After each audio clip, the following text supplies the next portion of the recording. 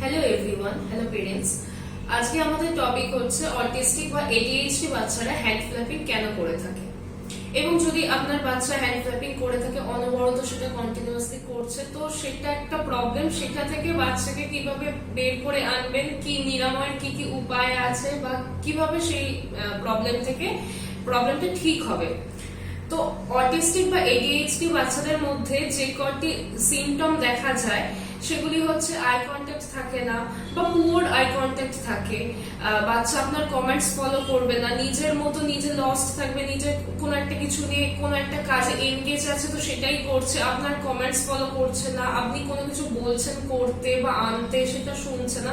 তো এই ধরনের প্রচুর সিমটম থাকে। তার মধ্যে আরো একটি সিমটম হচ্ছে অটিস্টিক বা এডিএইচডি বাচ্চারা হ্যান্ড ফ্ল্যাপিং করে থাকে।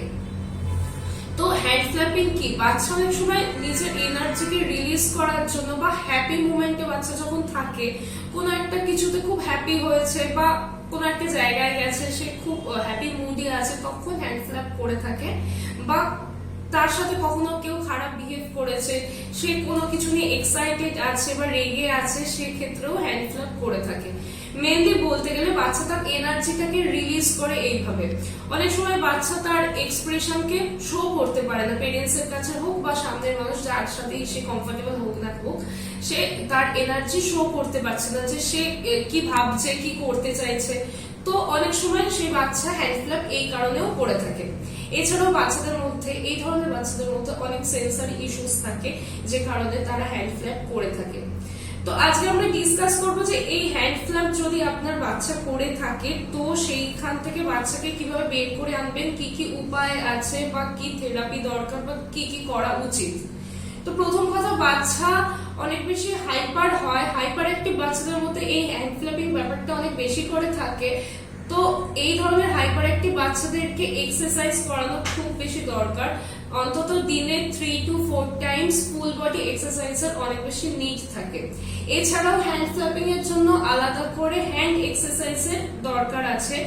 বাজারে অনেক ধরনের হ্যান্ড রোলার বা এক্সারসাইজ অ্যাক্সেসরিজ অনেক কিছু পাওয়া যায়, সেই ধরনের কিছু ইউজ করেও বাচ্চাকে হ্যান্ড এক্সারসাইজ দেওয়া পসিবল।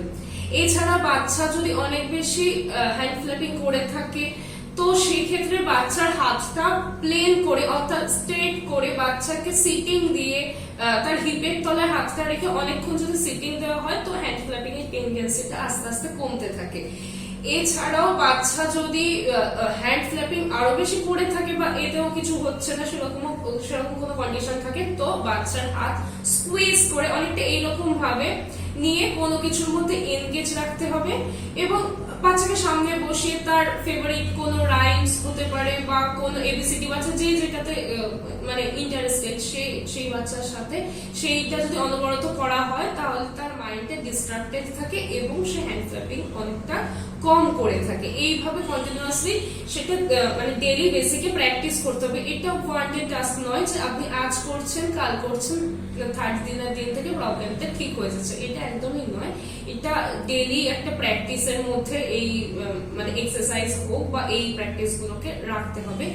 এছাড়াও বাচ্চাকে আরো বেশি করে কোনো কিছু সোশ্যালাইজেশনের মধ্যে ইনভলভ রাখতে হবে, যেমন বাচ্চাকে আরো 5টা বাচ্চার মধ্যে ইনভলভ রাখতে হবে। কোনো পার্কে নিয়ে গেলেন বা কোনো একটা জায়গা যেখানে এনগেজ থাকবে বাচ্চা, কোনো একটা প্লেফুল অ্যাক্টিভিটির মধ্যে ইনভলভ করে দিলেন, বা বাচ্চাকে এমন কিছু মাল্টিপল টাস্ক দিয়ে দিলেন, ব্লকস এর মতো কোনো কিছু টাফ গেম দিয়ে দিলেন বা যে কোনো কিছু দিয়ে দিলেন, বাচ্চা এনগেজ থাকলো, সেক্ষেত্রে হ্যান্ড ফ্ল্যাপিং হোক বা এই ধরনের অনেক কিছু প্রবলেমের সলিউশন হয়ে থাকে।